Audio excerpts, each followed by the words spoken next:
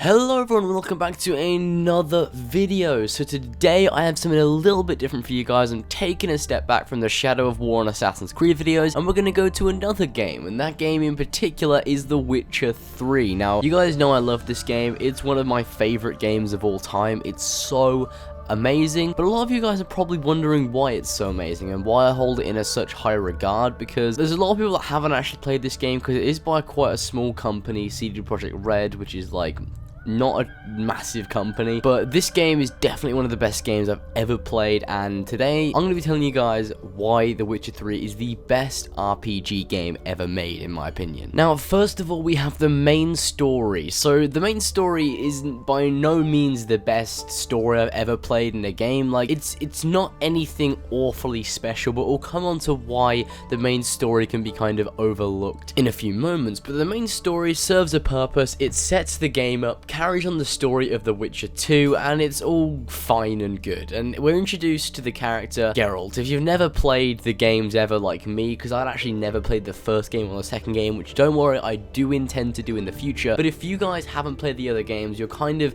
introduced to Geralt and all that good stuff. You kind of have a bit of backstory, his relationship with other characters in the Witcher world, and it just sets up the premise for the open world and the quests and the armor and all the different monsters that are in the game as well. I don't want to spoil too much about the main story of the game in case you guys do intend to play it in the future, because I'd rather you guys go in completely blind, not knowing anything about the story. But basically, Geralt has just recently got his memory back from the ending of Witcher 2, and he's kind of hunting for his ex-partner, Yennefer of Vengerberg, and then after he finds her, he searches for his adopted daughter, Ciri. But yeah, that's basically the setup for the game, and it does create a really awesome open world that you have to explore. Like, you have the tutorial area called White Orchard, and then you go into a huge larger area which is called Velen, and it's just really awesome. In terms of the characters, they complement the story greatly. Like, characters like Yennefer, Triss, Avalak, Vesemir, loads of different, there's so many different characters in the game that you get to know and love and that Geralt teams up with. And the main character that stands out to me is obviously Geralt himself. He doesn't really have an awful lot of emotion due to his Witcher mutations, and he's just a really great character in general. He has such a serious tone, but he can crack jokes all the time in this completely serious voice that just makes it all that much funnier. And he's a really deep character in general because he doesn't like to show his emotions, and sometimes he just uses the fact that the Witcher mutations affected him emotionally as a cover-up for the fact he doesn't want to talk about things. Not only the characters in this game are amazing, but the open world is where the game completely shines. I don't think I've ever played a more in-depth or extensive open world game ever. It has so many different side quests in it, including side quests for random people passing the road, Witcher contracts in which you take out a monster for money, and there's obviously the main story as well, and loads of quests just dotted around the map in different places, and the map is fucking huge. I don't think there's many games that I've played that have a bigger map than The Witcher 3. So you've got the main area of Velen that I mentioned earlier, and inside of Velen there's loads of different little villages and settlements, and there's a main city called Novigrad, which is a huge city with loads of merchants, and it's inhabited by loads of people. Not only this, but there's also a separate open world area called Skellige,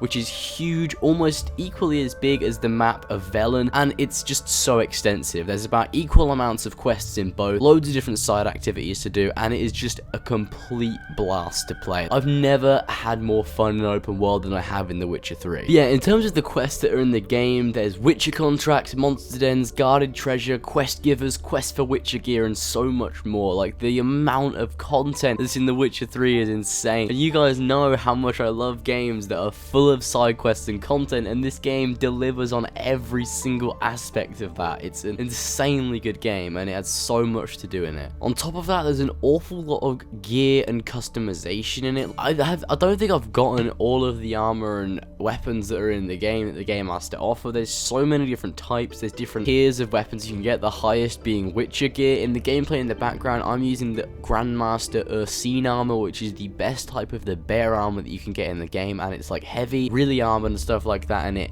helps you in battle. It gives you more health and vitality, and it's a really cool looking armor as well. In fact, a lot of the armor in this game, a lot of the armor designs do look really cool. All of the armor in my inventory I like the look of, but this is my favorite because my playstyle is more of a tank heavy type character that kind of tanks all the damage and takes on loads of enemies at once. But obviously you can play light, you can play medium armor and stuff like that, but I choose to play with heavy heavy armor. The customization in this game is also great. You might not be able to customize Geralt's face like in Skyrim when you can make your own character from scratch, but obviously there's all the gear that I listed, like armor and weapons that you can create and craft and get smiths to create for you. But there's also like haircuts that you can get for Geralt in the game as well. There's loads of different ones, and you can even shave his beard. You can have it clean shaven, trimmed, or you can just let it grow as long as it can, because there's actually dynamic beard growth in this game, which I think is really fucking cool. So if you travel a certain amount of miles and, you know, play the game for a certain amount of time, Geralt's beard will actually grow as you play the game, which I think is really awesome. And when someone told me that was in the game,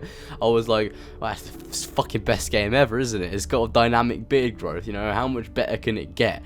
But oh, there's more about this game. It's so fucking good, and more people really need to play it. It is one of my favorite games of all time. Yeah, I really fucking love this game, if you can't already tell. Obviously, one of the highlights of the game is the enemies. Obviously, there's the human enemies, which is just standard. You know, they can either be like city guards, random bandits that try and rob you on the road, you know, when you're traveling somewhere, or they can be, I don't know, witch hunters or something like that that want to take out all of the people that use magic, because witches use magic. But the main part is the diversity of monster enemies that are in the game. There's so many different ones, from like huge spiders to big centipede things that come out the ground to drowners that are like zombies, and they've just people that have drowned and come back to life to fuck shit up. And it's just, there's so many different types of monsters in the game, and you have a little thing called a bestiary that you can look through, see all their weaknesses, and once you fill that bestiary up completely, you'll be like a master witcher, and you can take on any different monster that gets thrown at you. And it's really awesome, because when you're in battle and you see a new type of monster,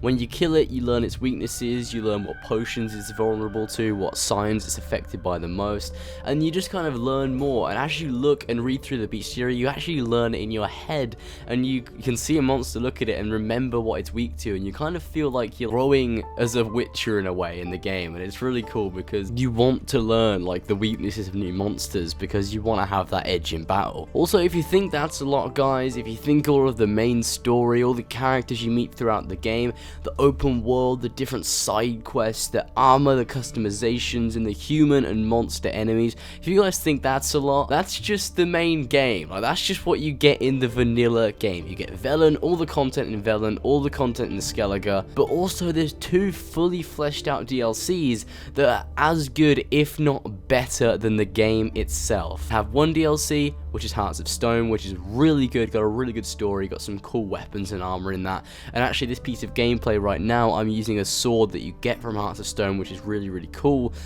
But there's also Blood and Wine, which gives you a fully new explorable open world area called Toussaint, and a whole new amazing story mode, which I think it's better than the main game. I think Blood and Wine is better than the main game.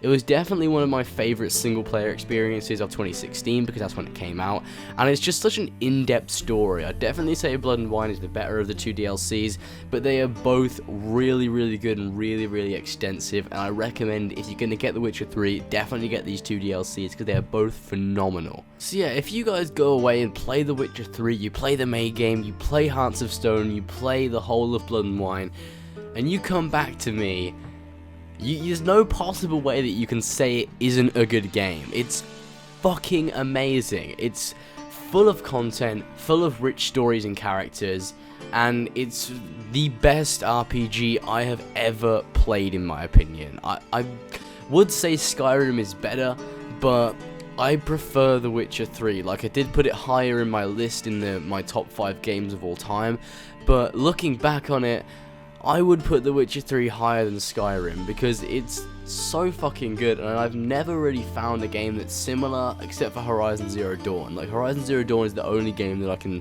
see that's similar to The Witcher 3, although it is nowhere near as extensive. Anyway guys, that's it for this video. I hope you guys enjoyed. Be sure to go ahead and like and subscribe for more content in the future, and also comment down in the comment section below if you've played The Witcher 3 or not, and if you have, comment down what your favorite part of the game is, and if you haven't played it, tell me whether or not you're thinking of playing it, because if you really haven't, you should definitely play it. If you like RPG games, you like fantasy RPG games, then The Witcher 3 is definitely for you. Like, before I played it, I didn't really think much on the game at all because I hadn't really played the other two, but you can really play this game without playing the other two if you really want to. However, I would recommend playing the first two games, although I haven't played them. I'm definitely going to go back and play them, although I feel like they won't be as good as The Witcher 3 Wild Hunt. But anyway, hope you guys enjoyed this video, and I will see you guys in the next one.